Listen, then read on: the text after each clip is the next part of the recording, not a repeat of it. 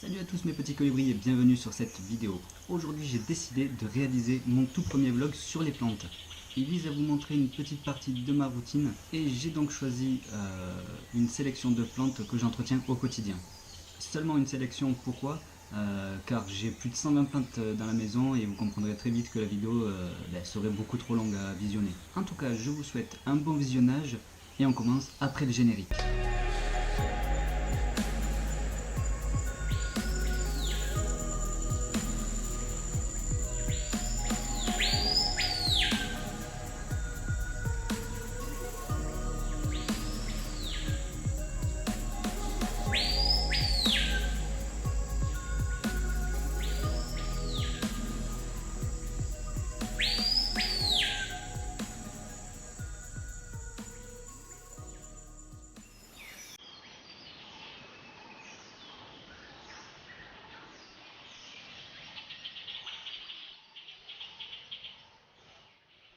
Pour la première plante, c'est un Ficus elastica, une des nouvelles recrues qui est dans la maison depuis quelques jours et qui a un besoin sérieux de lavage des feuilles, puisque lorsque je l'ai acheté, tout son feuillage était recouvert de traces de calcaire dues à l'arrosage en jardinerie.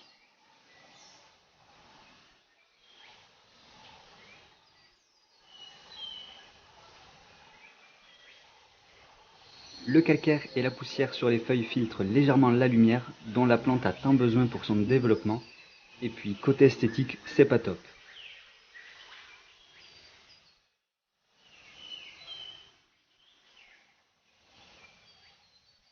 L'avantage de cette plante, c'est que son feuillage est solide et épais, ce qui me donne une facilité à nettoyer contrairement à une plante aux feuilles fines et fragiles.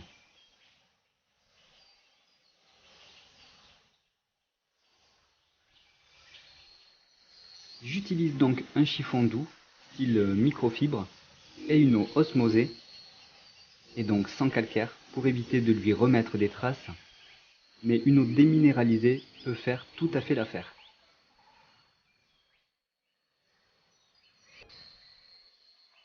Elle a besoin d'être rempotée, mais je préfère attendre minimum un mois avant de le faire, car chaque plante a besoin de s'acclimater à son nouvel environnement, et un rempotage pourrait lui occasionner un stress supplémentaire.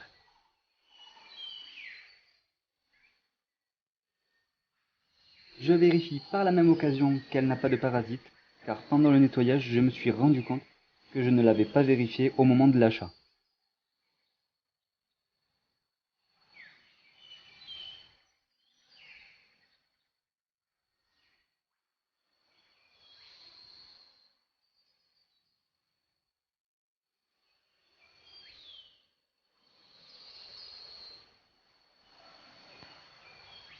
Pour la deuxième plante, j'ai choisi de vous montrer une plante que j'adore entretenir. C'est un de mes syngoniums. Ce qui me plaît sur cette plante, c'est son côté massif.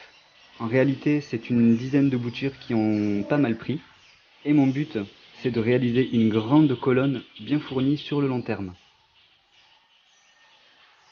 Je récolte chaque semaine les feuilles mortes de chaque bouture, pour éviter que les plants ne s'épuisent à les nourrir pour rien, afin que les nutriments aillent sur les feuilles encore vivantes. Ça peut paraître long et fastidieux, mais elle est agréable à manipuler.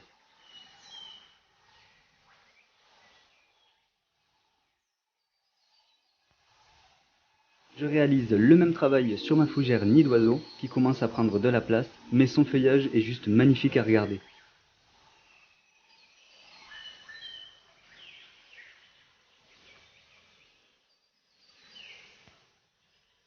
Je vous laisse admirer la vue d'ensemble de la pièce le temps que j'arrose ma vigne du Natal, qui me réclame de l'eau tous les jours sans exception.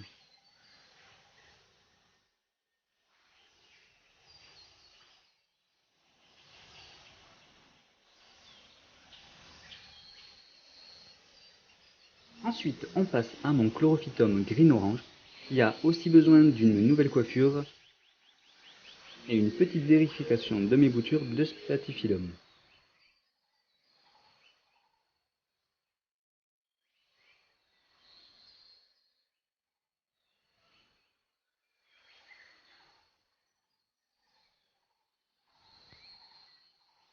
Chaque jour, je procède à un contrôle de ma mini-serre de sous-bois tropicale et j'observe les colamboles faire leur travail.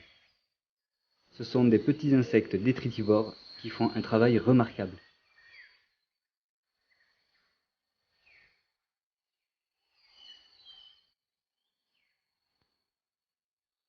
Pour la plante suivante, j'ai choisi mon anthurium qui est nouveau à la maison et qui a aussi besoin d'un petit nettoyage des feuilles. C'est une plante que j'ai pris par défaut car je ne trouvais pas ce que je voulais et comme tout plante addict, vous connaissez la frustration de repartir les mains vides d'une jardinerie.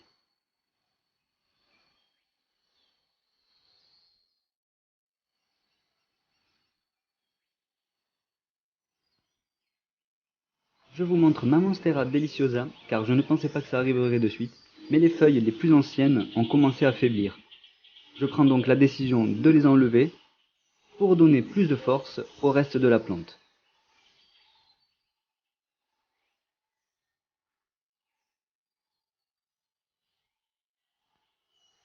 Désolé pour la qualité de la vidéo à contre-jour, mais je voulais absolument vous montrer ma petite fierté, les feuilles les plus récentes commencent à me faire enfin des trous.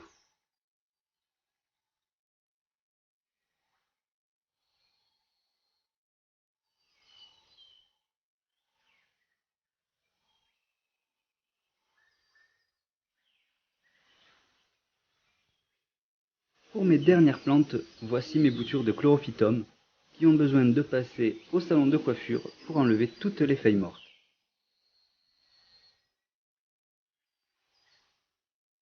Pour les feuilles mortes des plantes, vous avez deux choix. La première, c'est de les laisser dans le pot se dégrader, puis en arrosant, cela permet de nourrir le substrat par la suite. Et la deuxième, c'est de les enlever pour donner un côté plus esthétique à la plante. Pour ma part, vous l'aurez compris en voyant la vidéo, je privilégie le côté esthétique. Par contre, je ne jette pas les déchets organiques à la poubelle, je les recycle moi-même dans un seau fermé pour faire moi-même mon propre terreau. Ça ne me permet pas de rempoter toutes mes plantes, mais comme on le dit si bien, il n'y a pas de petite économie.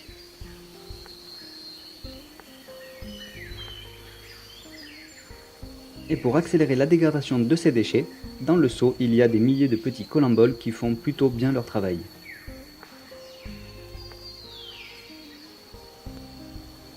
Tout en nettoyant mes plantes, je vérifie toujours qu'il n'y a pas de maladies ou parasites. Cela m'évite de devoir traiter toutes les plantes si je ne m'en suis pas rendu compte avant et d'isoler là où les plantes contaminées.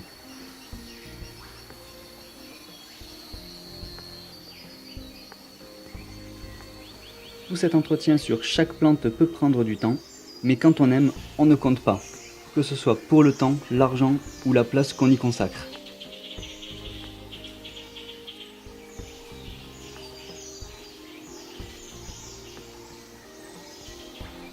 Voilà, ce vlog arrive à sa fin, j'espère que vous ne vous êtes pas endormis.